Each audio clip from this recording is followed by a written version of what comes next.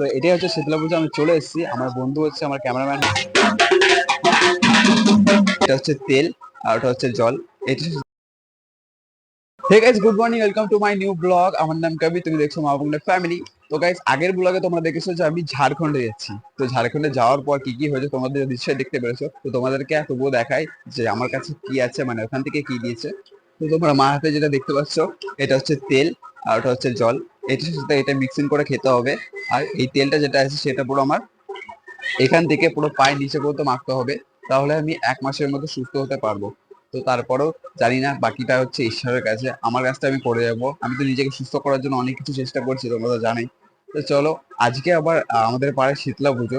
তো যেখানে যাবো কিনা জানি না, যদি যাই তোমাদেরকে দেখো।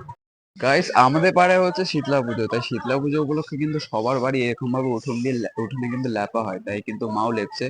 তোমরা হয়তো ভাবছো যে আজকে শীতলা পুজো, কিন্তু তাহলে আজকে লেটছে কেন? কারণটা হচ্ছে আমরা তো ছিলাম না বাড়িতে, এর জন্য আজকে লেট হয়ে গেছে।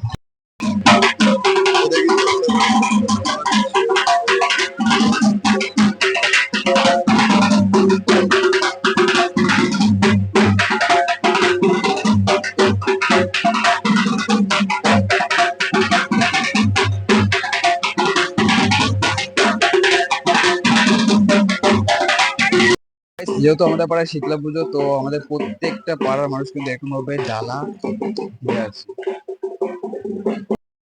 তোমাদেরকে যেরকমটা বলেছিলাম যে আমাদের পাড়ায় শীতলা পুজো হচ্ছে, তো এটাই হচ্ছে শীতলা পুজো। আমি চলে এসেছি, আমার বন্ধু হচ্ছে আমার ক্যামেরাম্যান হয়েছে আপনাদের জন্য, তোমাদেরকে দেখাচ্ছে। চলো তোমরা দেখে নাও।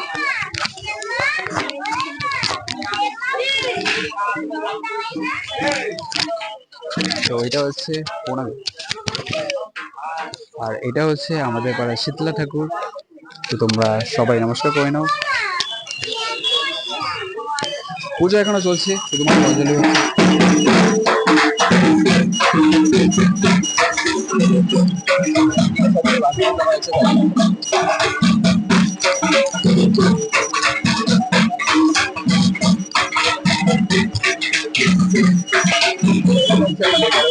ক্যামেরাম্যান হচ্ছে এটা আমার বন্ধু, তোমরা আগে দেখতে পেরেছো, এখনো দেখছো।